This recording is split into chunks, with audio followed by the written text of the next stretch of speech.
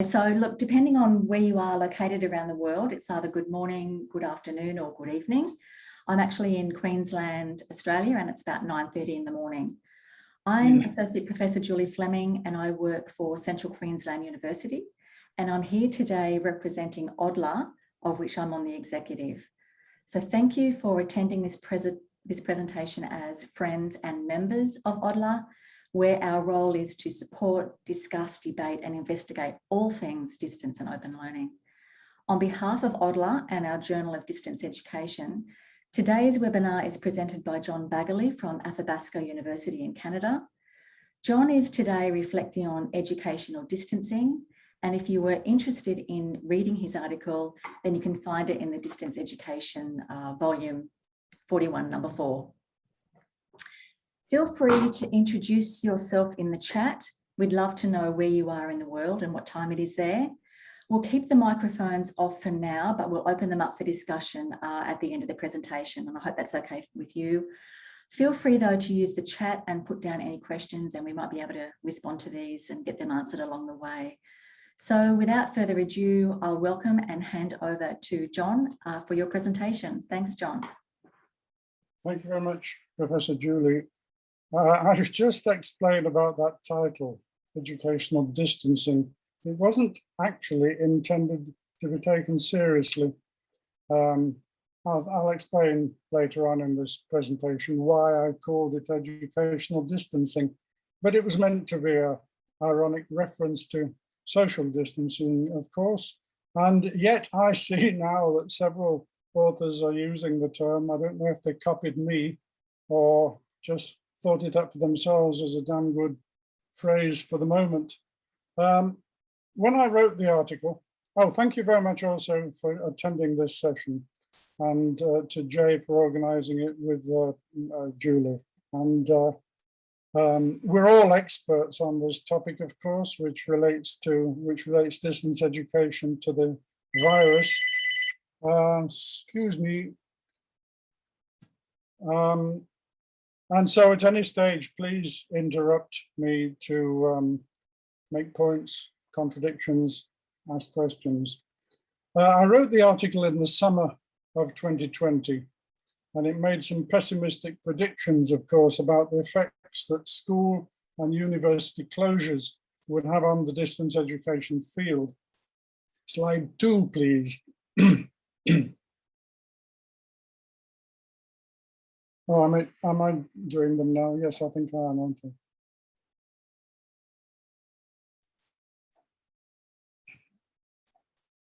Yeah, so the article suggested that the urgent instructions delivered back in summer 2020 for teachers to get their courses online immediately in time for the autumn term, that would spell disaster for the reputation of distance education amongst teachers who lack previous experience of online methods, and in the public reactions to the sudden move to online learning in general. And today's session gives me a useful opportunity to check if I was right a year ago in writing this article and in saying that the pandemic would damage distance education's reputation. Or if, on the other hand, perhaps the pessimistic approach that I've often taken in my articles for the Distance Education Journal was this time inappropriate. When I look back over my 18 articles, I have to thank Sam Naidu and Antonina Petrolito for chaperoning those 18 reflections. When I look back over those reflection articles in the journal, I've been shocked actually by the misery content of an article that I wrote 10 years ago. If I can just get that up on the screen. Well,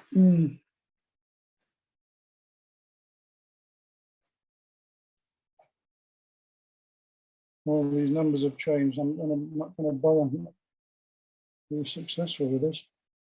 Excuse me. Yeah, that was written 10 years ago in the journal of ODLAA's journal. And I was a bit shocked by the pessimistic content that I saw in it today. It said, for example, in 2011, warning signals are accumulating today about the use of online methods in education. For example, the decline and closure of online communities that result from loss of student interest, loss of student control caused by learning management systems, and student frustration in being required to use social media in their courses without clear justification. Now today, the pandemic, of course, as we know only too well, is causing frustration not only among students, but also in the teachers and the parents who've struggled to help the students master the unfamiliar online media. By the end of 2020, as I've indicated in the overview for this session, a survey of 1,130 American teachers had shown that the pandemic had by then generated positive attitudes towards online methods in only a minority of the population. Let me see if I can find that slide. Now all of the slides have gone out of order.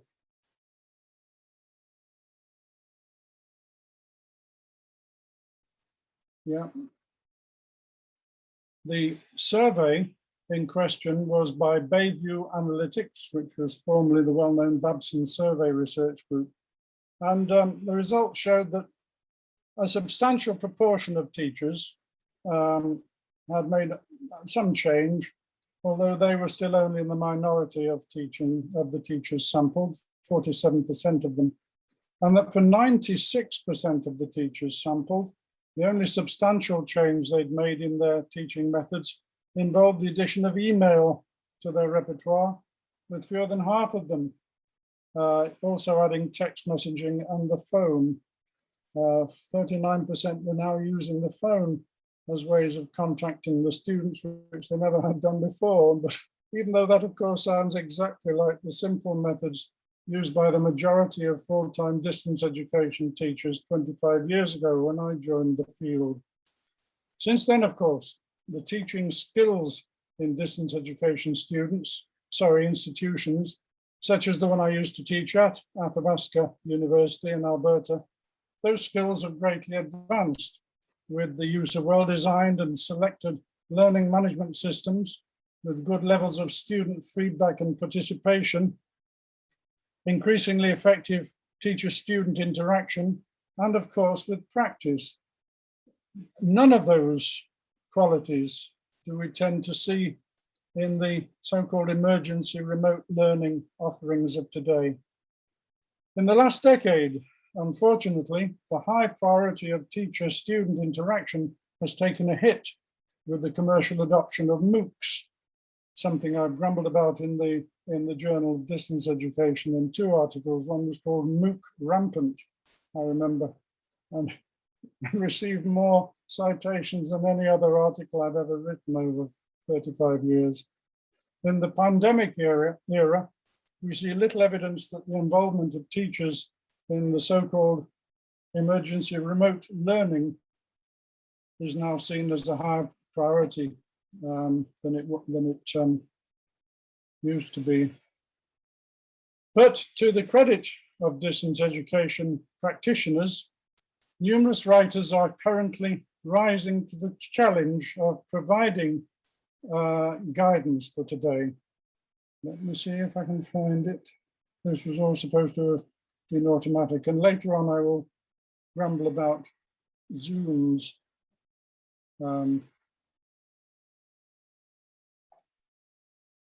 spasmodic performance. Yeah, in the last 2 issues of the Distance Education Journal, for example, writers have written excellent guidelines for the perplexed teachers, students, and parents with guidelines about how to proceed online. And this webinar series and recent editions of the journal, Distance Education, have included valuable presentations of this type. And the Indian educator, Prakash Deo, whose forthcoming book is listed on the slide here. He has collated numerous notable conclusions from previous decades in a valuable educational technology primer that relates specifically to the pandemic's impact on education and in his Indian culture specifically. Books of this type are needed, of course, for all cultures very urgently in order to help keep distance education on the firm footing that it once had, and I feel no longer has. Ever keen, however, unfortunately, to exploit numerous new commercial opportunities, companies are currently touting systems that they describe as new video recording systems, new, original, would you believe it? And they're offering those as ways of countering the pandemic and its problems. We see new terms springing up, which is something I've grumbled about again in my 18 articles in this association journal. Terms like lecture capture, video capture, captured learning, and the companies involved claim, would you believe it, that these ideas are totally new in distance education and online learning. They're oblivious to the fact that video techniques began to be used in distance education 40 years ago. Or is it 50 now? I've aged substantially since retiring 10 years ago. They are also oblivious to the fact that such video techniques have been available to teachers free of charge for decades. And one such current system, called Echo 360, offers system licenses at a modest cost of $22,500 American dollars. And the company's website includes current news announcements about the universities in India, the US, the UK, that have, as it were, quote, invested, they describe it, invested in the system. Investment, of course, implying that they'll get some original advantage out of all this. It's up to distance education specialists, I believe, in such institutions as those that are now using these reinventions of the wheel at great cost. It's up to those specialists to point out to their administrators that such media have been widely available at no cost for decades, and that television was the major educational technology from the 60s to the mid-90s, yielding detailed instructional design and formative evaluation principles that are obviously seriously overlooked today. The new literature, when I've reviewed it for this journal and for others, doesn't take any account of literature that was older than 10 to 20 years ago. Even the MOOC supportive literature is beginning to fade away. People have no memory at all, not just a short memory, but they have no memory, or maybe it's no knowledge of the previous literature on this and other topics in the field. Another delay, please, while I find the next slide. And that's a blank one. Right. Now, unfortunately, we're naive if we assume that any kind of scholarly guidelines about these issues will reach widespread audiences, or even institutional administrators, the ones who control the decisions. As a test of just how positive the pandemic world has become towards existing distance education methods, we can conduct a Google search for widely publicized attitudes about distance education in today's media in the COVID era. The New York Post, for example, recently had a headline, "Remote learning is a disaster and terrible for children." The results are in for remote learning, said the Wall Street Journal's headline. It didn't work. Remote school is a disaster. Teachers' unions share the blame, said the New York magazine. Other phrases: a bad idea, a catastrophe, bad for mental health, a bad joke, and others are all terms currently being used in the popular media to describe distance education in the light of today's online move to what they think wrongly is what you and I in this association would call distance education proper. Yesterday's effective methods are being completely ignored in the effort to find quick excuses and blames for not using them effectively today. The province of Ontario, for example, has recently proposed turning online learning into a full-day experience for students who, quote, cannot or prefer not to access the physical school environment. Pause while I find the slide.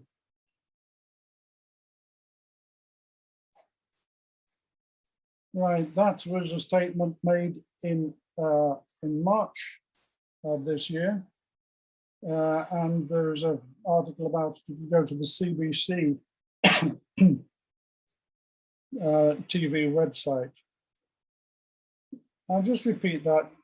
The province of Ontario recently proposed turning online learning into a full-day experience for students who cannot or prefer not to access the full physical school environment.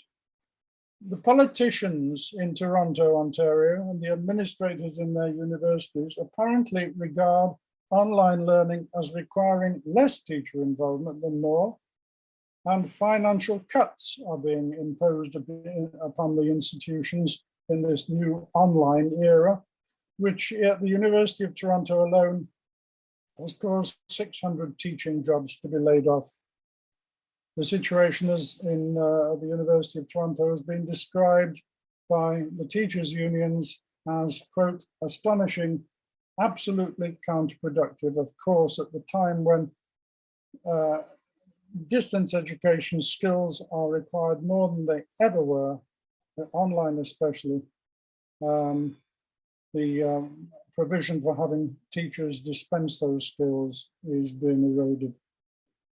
And similar is happening this very day. I'll tell you what I mean in a moment. At the other end of Canada, the province of Alberta is currently closing its Alberta Distance Learning Centre on the basis that it can no longer afford to run it.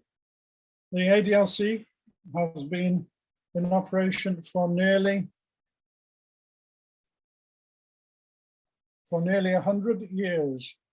You see on the slide here that between April and August of this year, it will have been shut down. Even though it's become more acutely needed in the pandemic era than possibly ever before. Just at this very moment, as we're speaking in this webinar, another webinar is taking place, hosted by the Alberta Distance Learning Centre in its final days. And in this parallel simultaneous webinar, the ADLC's history and achievement is being held via Zoom at this very moment to celebrate the history and the 100 years worth of course making, course materials design for schools around the province of Alberta. Very sad. Another sad thing, maybe not as sad as being closed down entirely, is that also in Alberta, a year before the pandemic hit, Athabasca University rolled its Centre for Distance Education, where I used to work before retiring 10 years ago. They rolled the centre into the Faculty of Humanities and Social Sciences, a move that prompted Tony Bates, the well-known distance educator and commentator, to state, it's hard to see how moving existing staff and programs into another faculty is going to save money, unless the long-term goal of the university is to close down the programs and research into distance education, which in his view, Bates, would be a catastrophic move for the future of the university. I bet it's happened anyway. As far as I know, none of my former colleagues have been laid off in this move, so presumably they are able to continue with their excellent distance education research into the ways to do it well, although I don't know if their funds will be permitting it as they used to. So sadly, the warning signals and mixed messages that I predicted in my 2011 article, let alone my 2020 article, these signals and mixed messages have, thanks to the pandemic, become intense. In that article, the 2011 one, I suggested that educational administrators are apt to invoke any number of conflicting rationales as excuses to slash costs. Excuse me. And we now see staff cuts intensifying at a time when skilled online educators are more necessary than ever. We can certainly sympathize with the shocking financial quandary that the pandemic has placed the institutions in. And we can only hope that these institutions will now make concerted efforts to bring their online approaches back up to speed when the crisis is over. Distance educators could do worse than to take note of the way in which the pandemic has affected popular television in the past year. Notably, the late night talk show has been very much affected. A year ago, TV talk shows appeared totally unprepared for the forced move from their studios to the homes of their hosts and guests, or communicating suddenly on Zoom and presumably a few other platforms. The hosts and participants in those early days of the new style online talk show a year ago, they fumbled around with the online video methods that they were suddenly being required to use, much like the teachers and students who also had to make the same move online. The heads of talk show interviewers and interviewees poked over the bottom of the frame like that. That was what you used to see on talk shows a year ago, even produced by skilled television people, totally in contravention of the so-called 2/3 rule in the visual arts, which doesn't allow much room for headspace, doesn't permit it.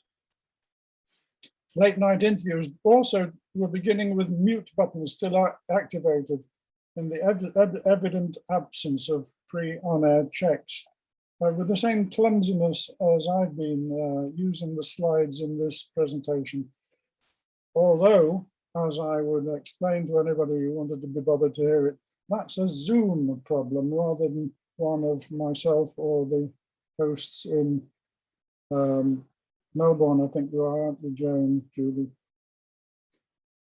You can see this evolution of television from its blunt pandemic level to its to a far more skillful one in a CNN production that was on a few weeks ago called The History of Late Night. If you look at episode 6, you'll see how the shows gradually got their acts together using techniques that we would wish that the so-called emergency remote learning teachers and students of today would begin to use. So late night talk shows may have a lesson for getting distance education methods back on track. Now, I had no wish, I faced the same challenge in preparing for this session. I had no wish to inflict a boring, unvarying head and shoulders shot upon you as in the early 1970s when educational television first emerged. Fortunately, my years of online video conferencing with Athabasca students equipped me well for overcoming such technical challenges. But Zoom, as a new platform, involves new challenges, and the on-screen slide superimpositions I prepared for this session don't work with all computers and cell phone platforms. That's why it's been difficult for us to check how to operate the slides for this session before the session began. And I've no idea, I'm getting no feedback as to whether some members of the audience have lost me in the ethos owing to the extra bandwidth that the extra visuals require. One thing is for sure, public and institutional attitudes to distance education will be even further all over the map by the time the pandemic is over. Distance education and online learning as terms will have become synonymous with trendy new terms for blunt, poorly, ill-skilled types of online learning, which we are calling for the moment emergency remote learning, otherwise known trendily as ERL. Ultimately, the ERL methods, they will be phased out as being inferior solutions that were used only solely as a temporary stopgap during the crisis, only to be retained if they help to keep teaching costs down, I fear, as in the massive courses formerly known as MOOCs, which led to larger numbers of students for a week or two till they get fed up being taught by sometimes no teachers at all. The term distance education has already itself been regarded as passé in some areas of the field for over a decade now, and replaced by trendier, if less intelligible terms such as distributed learning. Ironically, in the context of COVID, distancing is a very creditable word used to show that we can be healthier if we distance from other people socially. And that's why I attempted to end my 2020 distance education article on a moderately light note by proposing that the term DE should now be replaced by the trendier ED term, educational distancing. And the suggestion, as I've said, it wasn't intended to be taken seriously by anybody, although in recent months I've noticed that several writers have started using it. That's all I have formally prepared, Professor Fleming and Jay. If you would like to take over, I'd be very pleased. And Excellent. I will sit here for the rest of the session. Thanks very, very much, John. That was very insightful. And I actually would have been happy to see a picture of you when in the 1970s. So, Oh, yeah. So we're now at the stage where we can open up to other participants to have a little bit of a chat. So I think Jay is going to make sure those microphones are all turned on for you. If anybody wants to start off, I see we've got a few familiar faces there. Welcome to you. I've opened up the microphones, Julie, just so you know. Thanks so much, Jay. Does anybody have any questions or comments for John?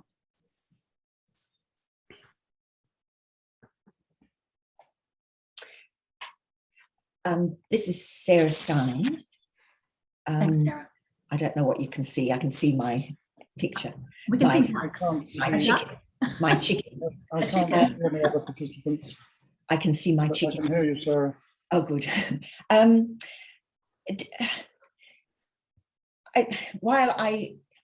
just wondering, do we give up or do we just continue to stay true to those, as you talked about, the history, the wealth of research that's been done in the area of distance education and the principles underlying it? Do we just keep charging through, or do we have to reformulate the way we talk about distance education without losing its essence?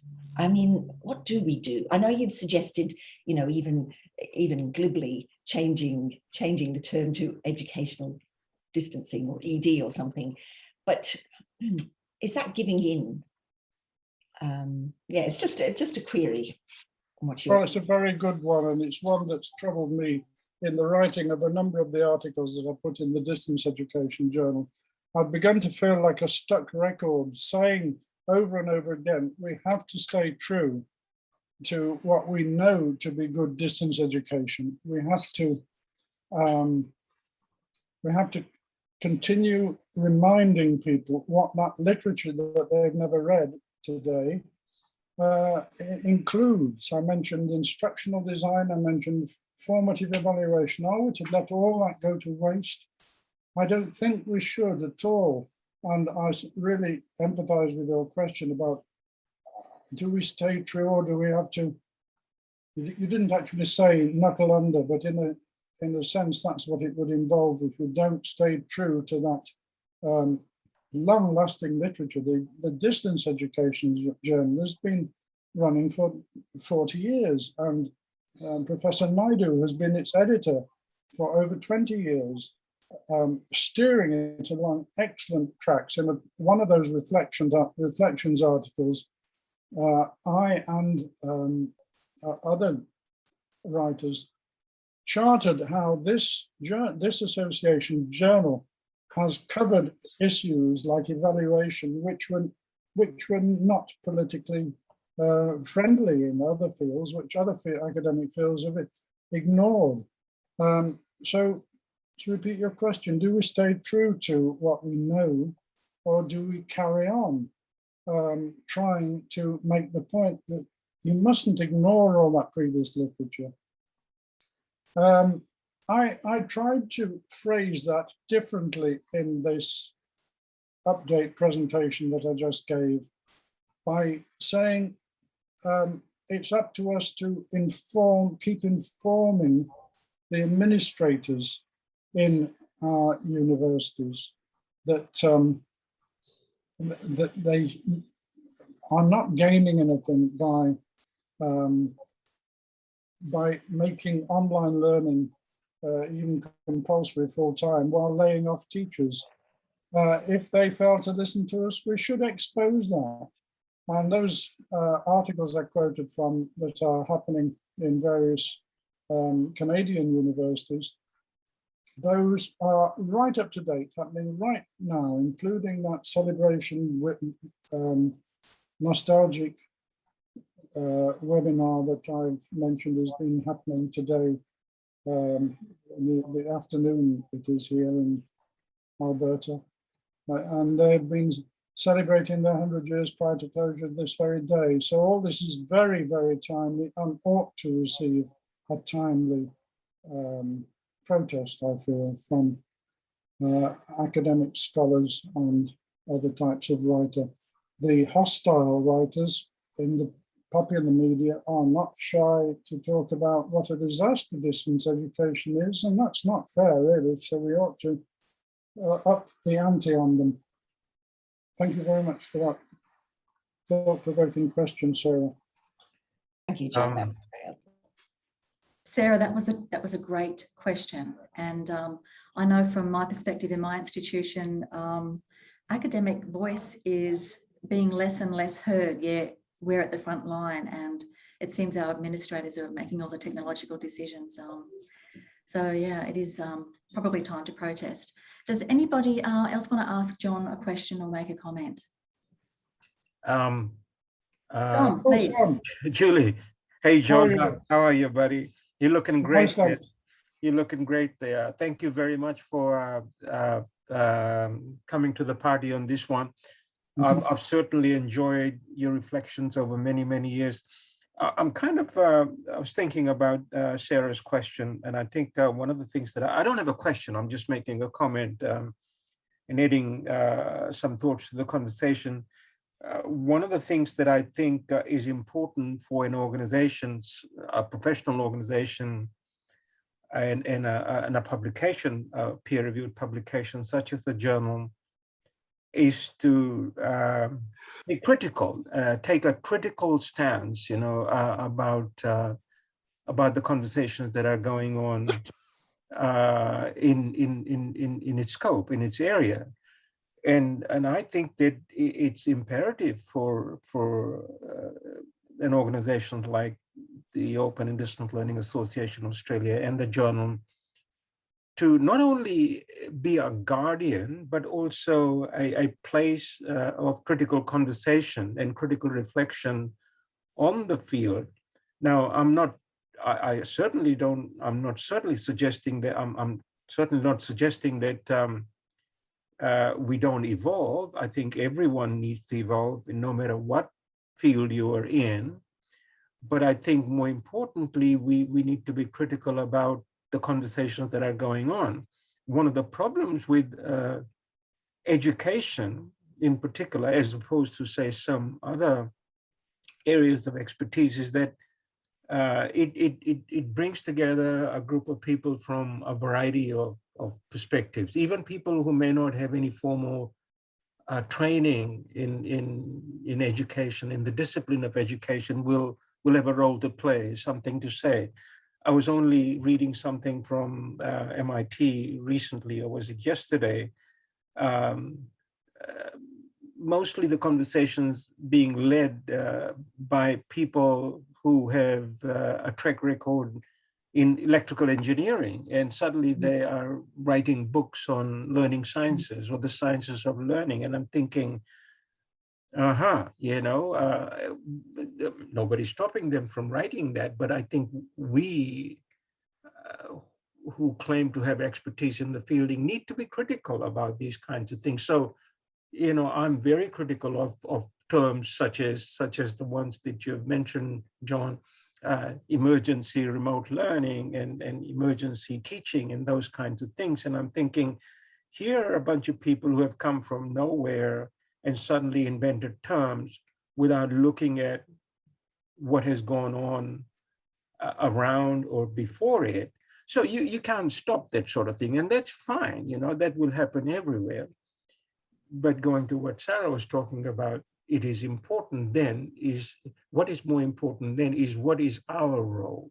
How do we stand up as an organization or as a journal? And what do we say?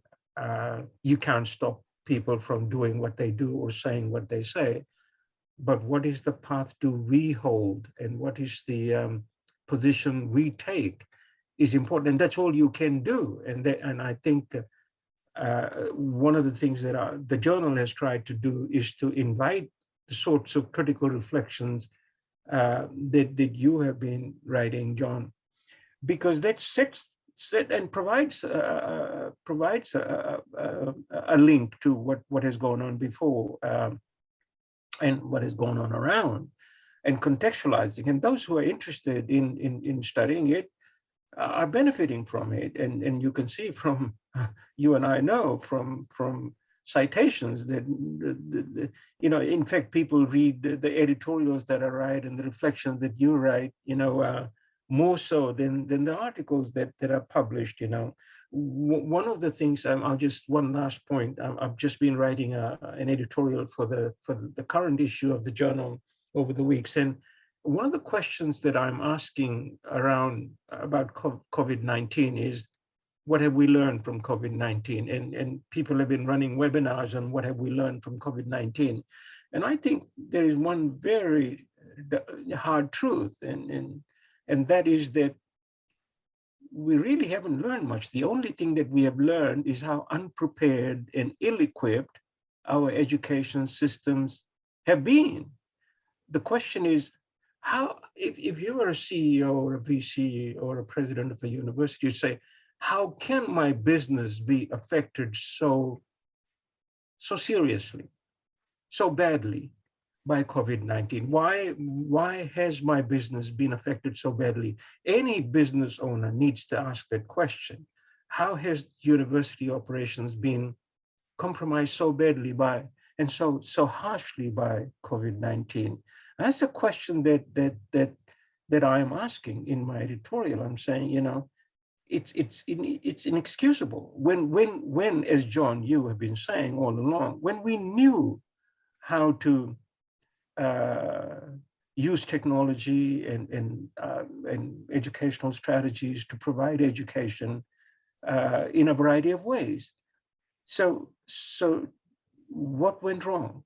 Why did we not listen, before COVID-19 struck?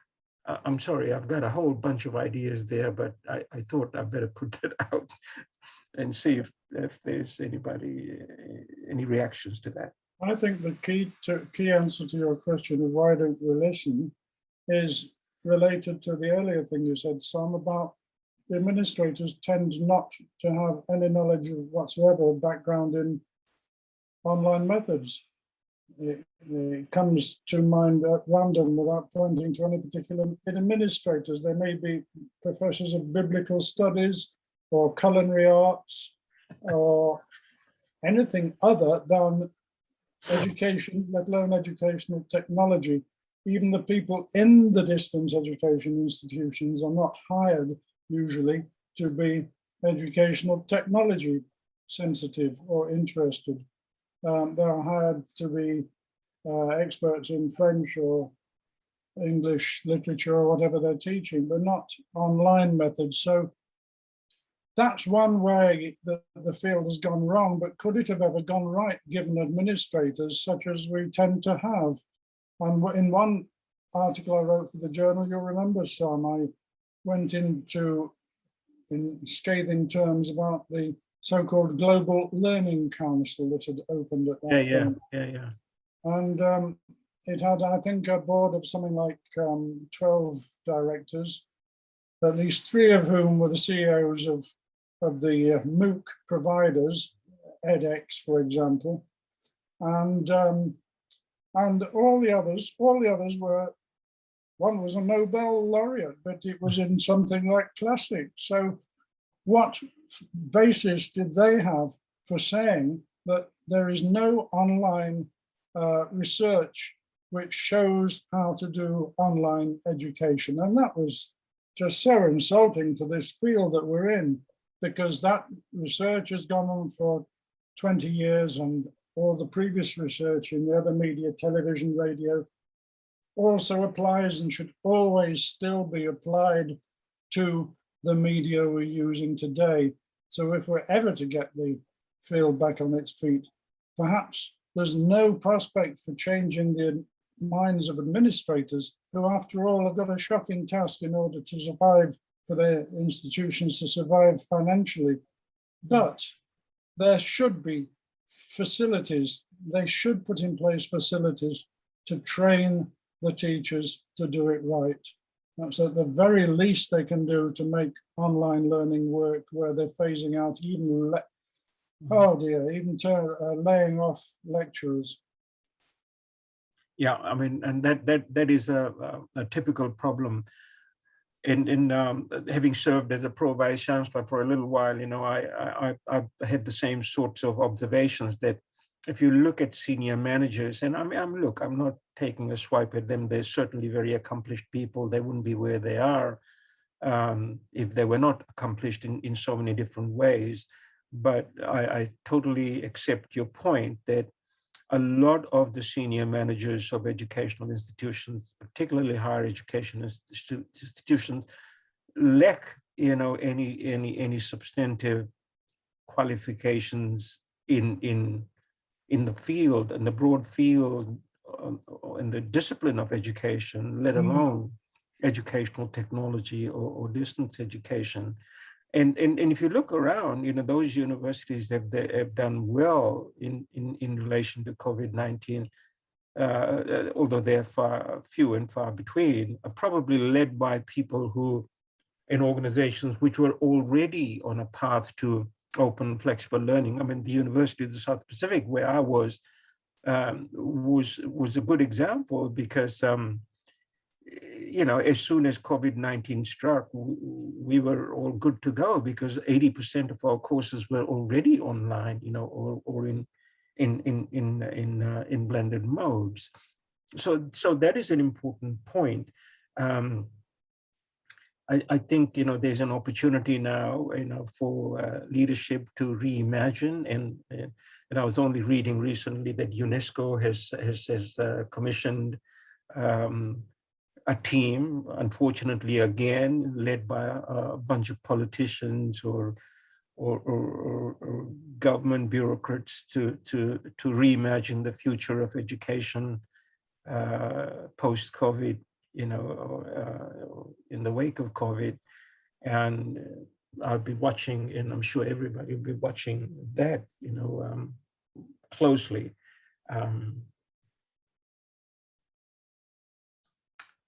Yeah. So Julie, back here.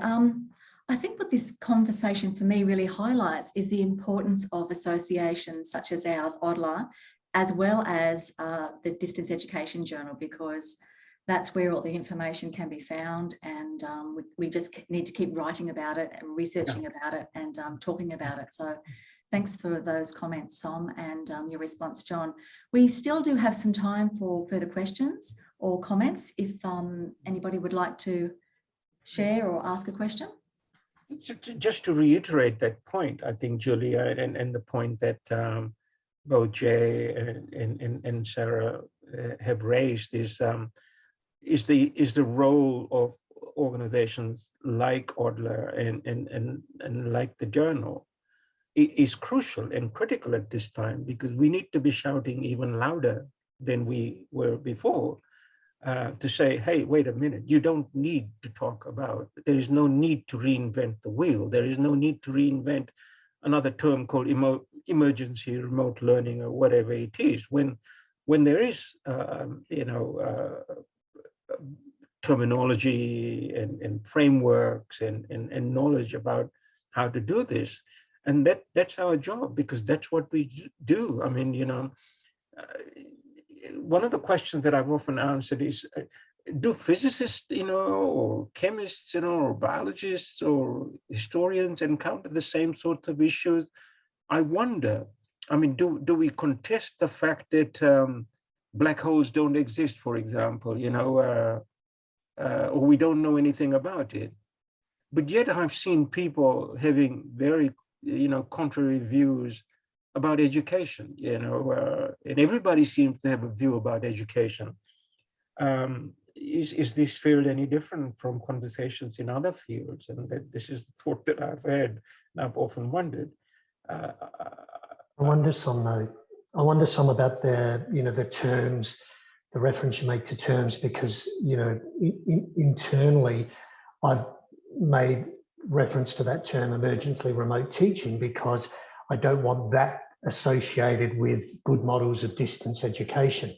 I think what we've seen in pandemic is sort of classroom-based pedagogies adopted, in haste to a sort of a remote emergency teaching. And I've continued to argue that is not what best practice distance learning or online learning is.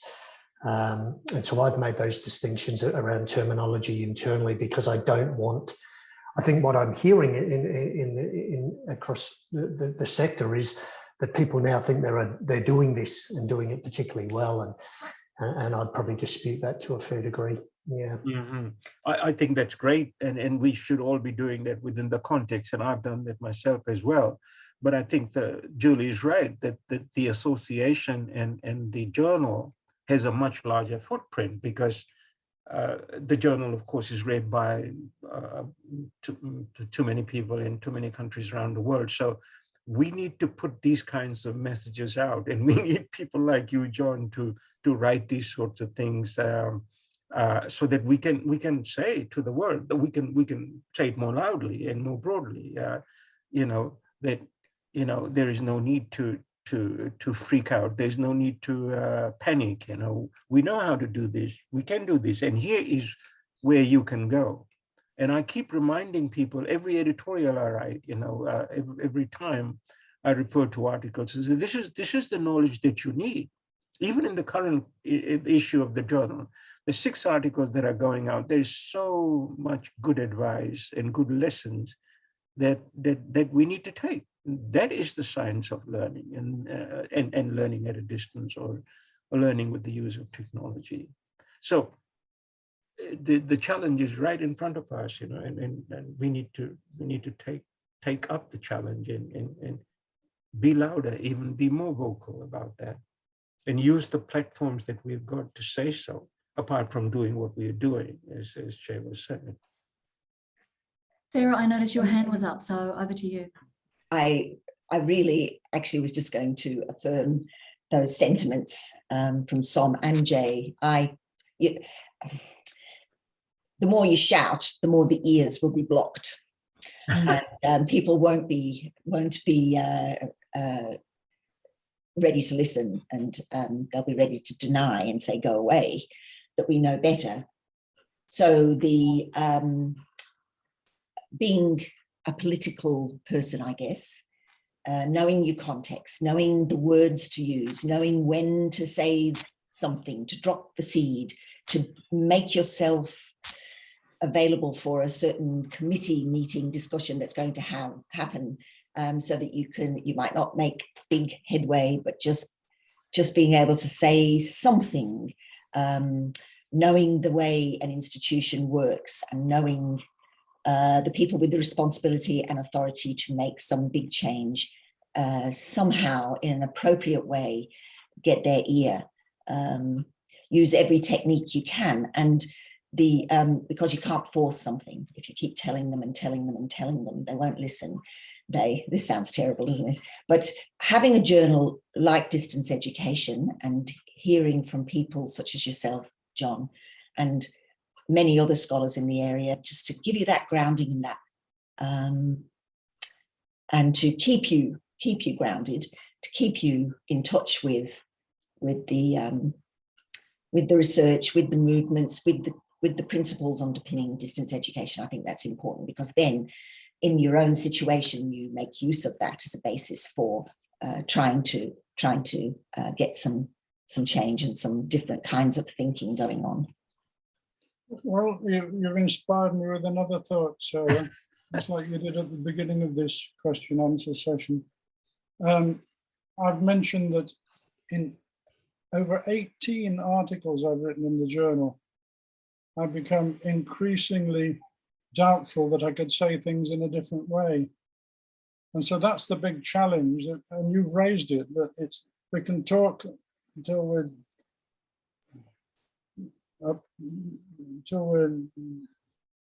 deaf to it all. We can talk about how we must say these things and get the message out. But one phrase I had in my presentation just now was that we would be naive if we believed that academic writings and scholarly observations will be picked up by anybody. And you've reminded me of the fact of the way in which there is another option. 30 years ago or more, I used to have newspaper columns on various topics. In England, I had a regular column about the media. And in Canada, I had theatre columns, theatre reviews I used to do, and also a lot of media commentaries once a week. And nothing I've ever written before or since has had as much audience response as those. The articles in Eastern Canada used to come out on a Saturday morning. If I went to a party in the evening, people were coming up talking to me about the article. I've never had that at an academic conference. Newspapers and media, TV guides, those are possible places that we academic types could start getting out and writing material that would reach a much larger audience by tea time. Amazingly quickly. We could embarrass some of those educational administrators in our areas without ever needing to name them. We could embarrass them into doing their job a bit differently. But I wonder if a different style of article in an academic journal like Distance Education could get things moving. If you set up a style of articles to be written in the style of a journalist. I remember the British Psychological Society's magazine journal called The Psychologist. It's done that in the past, an inside back cover article that you zip to straight away because it's likely to be funny. Maybe that is the sort of light reading that could then be picked up in other places, like the Commonwealth of Learning does in picking up articles from different sources and putting them in their newsletter. So getting the word out there may be a matter of style. And academic and scholarly, doesn't it ultimately win the day, even if we write 18 articles about these things?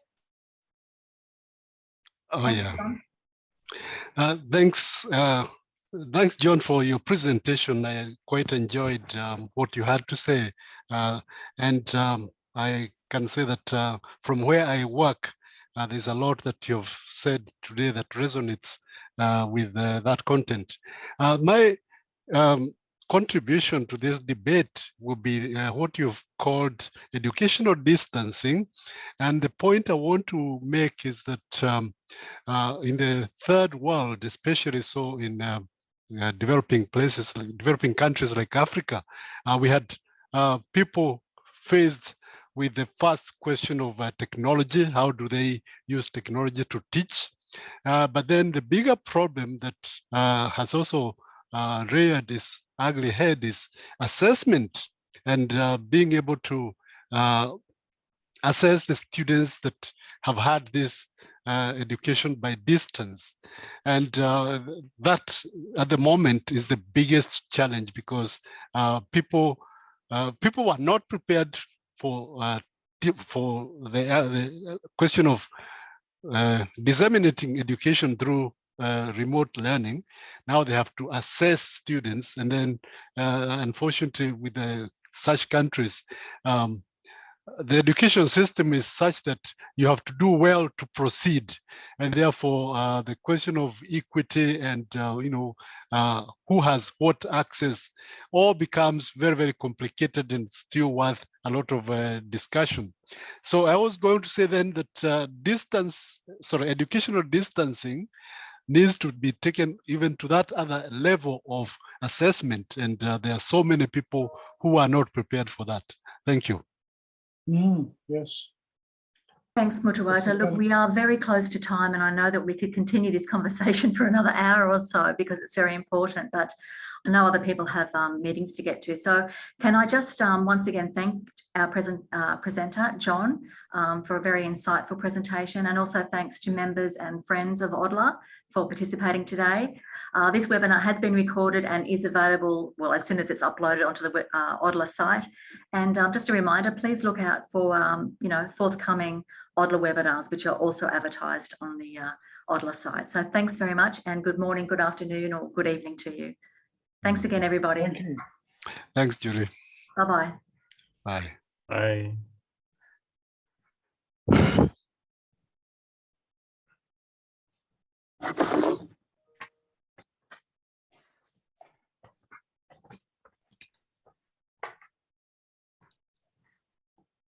Thanks very much, John. That was great.